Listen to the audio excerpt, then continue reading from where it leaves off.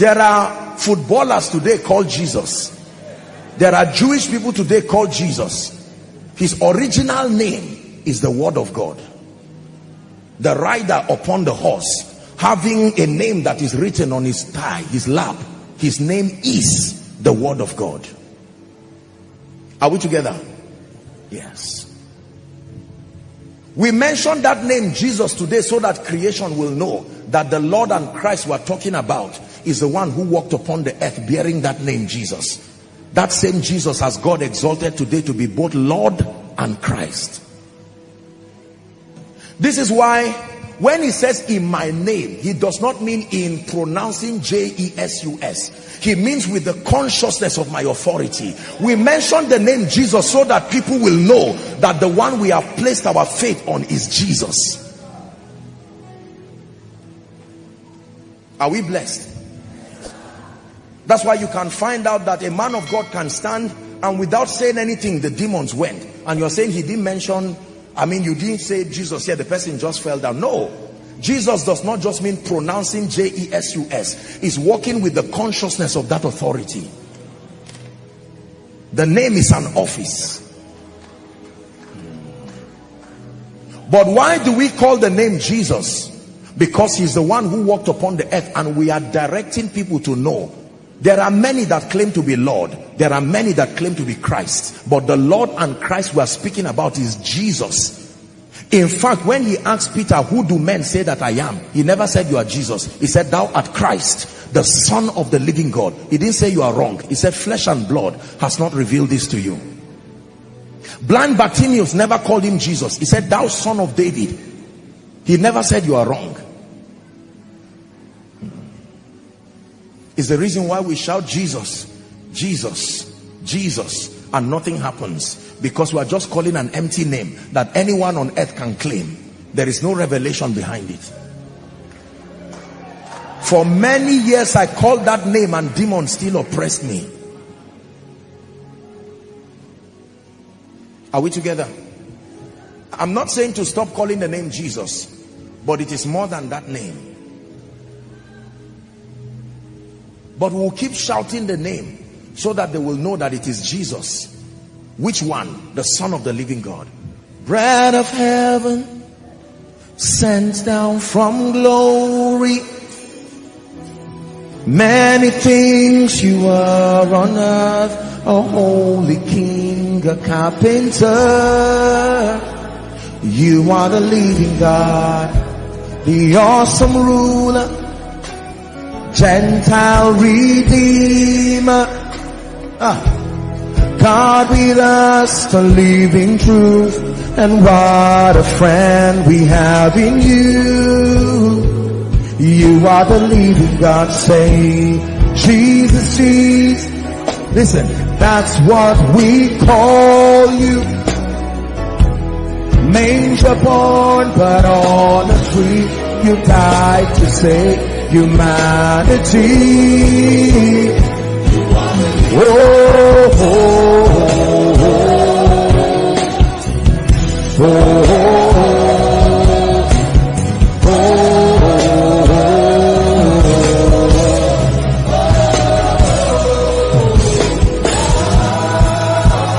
You are the living God.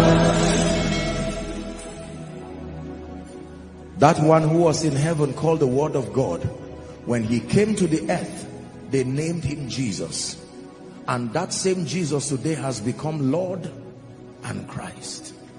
We know the will of the Father by looking at that one called Jesus. Is an expression of the will of God. Let's touch on the last one and then we'll pray. What is the last dimension of prayer? Do not forget 3 dimensions. 1, fellowship and growth. Number 2, obtaining promises and making requests. And then I add that are consistent with the will of God. Number 3, what is the 3rd dimension of prayer? The assignment of prayer number 3 is a platform to make decrees and spiritual legislation. Pay attention. Decrees and spiritual legislation. Job 22 and verse 28. Job 22 and verse 28. thou shalt also decree a thing, and it shall be established, not unto everybody, unto the one who decrees it.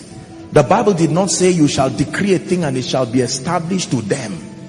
It shall be established to thee, and the light shall shine upon thy ways. Thou shalt decree a thing. Thou shalt decree a thing. Do you know what it means to decree? To decree means to make it an ordinance, to set it as a law that cannot be violated. It says, where the word of a king is, there is power. There are three things that make a king a king. Number one, his words. Number two, his crown. Number three, his scepter.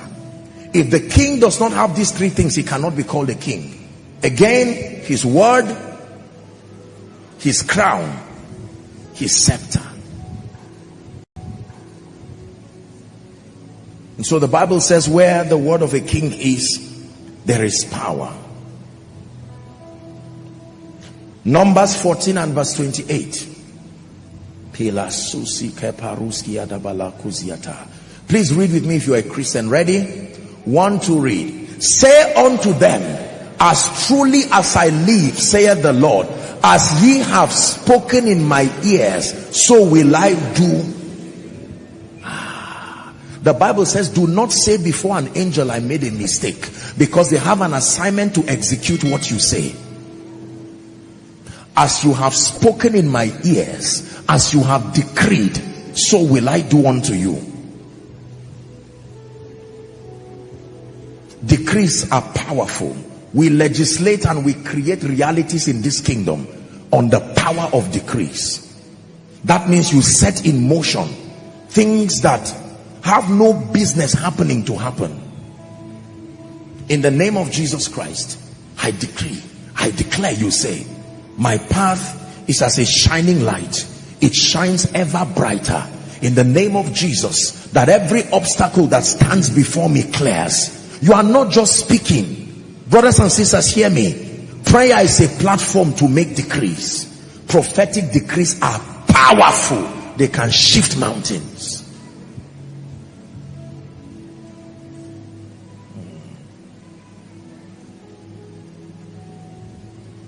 Romans chapter 4 and verse 17.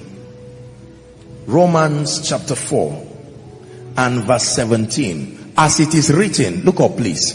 I have made thee a father of many nations, before him whom he believed, and even God who quickeneth the dead, and does what? Calleth those things which be not as though they were. So I can make decrees and call things into my life. Favor, open doors, speed, helpers. I can command them to arise by decrees. One scripture to demonstrate the power of decrees, Ezekiel 37.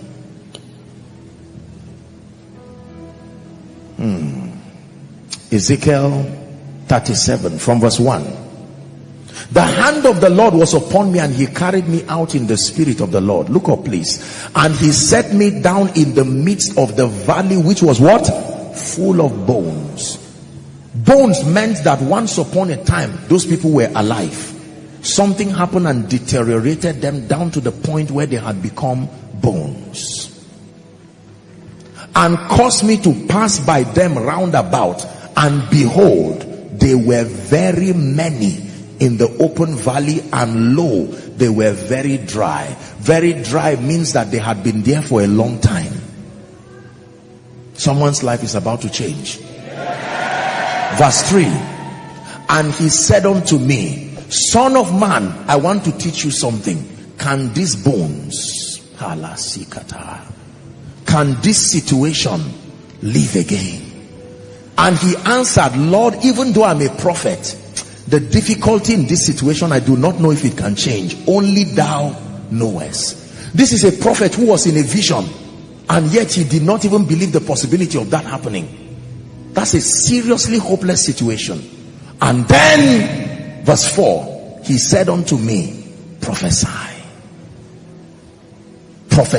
upon these bones, prophesy upon the delay, prophesy upon the retrogression, not around it, upon it. And say unto them, O ye dry bones, hear the word of the Lord. Verse 5. And saith, thus saith the Lord God unto these bones, behold, I will cause breath to enter you, and you shall live. 6. Now notice this, for the sake of time. Did you notice that God was telling him what to say, and the bones did not move? God was telling him what to say, and yet the bones were acting as if it was not God talking. Verse 7. So I prophesied, I was commanded, but I did the decreeing. And the moment I prophesied, what did not even happen for God started happening to me. When God was speaking and telling me what to say, you would think the bones should just start acting. He repeated verbatim. The word confess comes from the Hebrew word homologio. It means repeat as you have heard. Repeat. The miracle did not start when Jesus was holding the bread. He gave them, as they held it and as they were moving, it started multiplying. I prophesied as I was commanded, and as I prophesied there was a noise, and behold, a shaking, and the bones. That means there is a condition where what does not look like can be aligned again at the instance of prophetic decrees. The Bible didn't say the bones came around, they came together. Just because the situation looks chaotic does not mean order cannot be there. You are brooding over every darkness.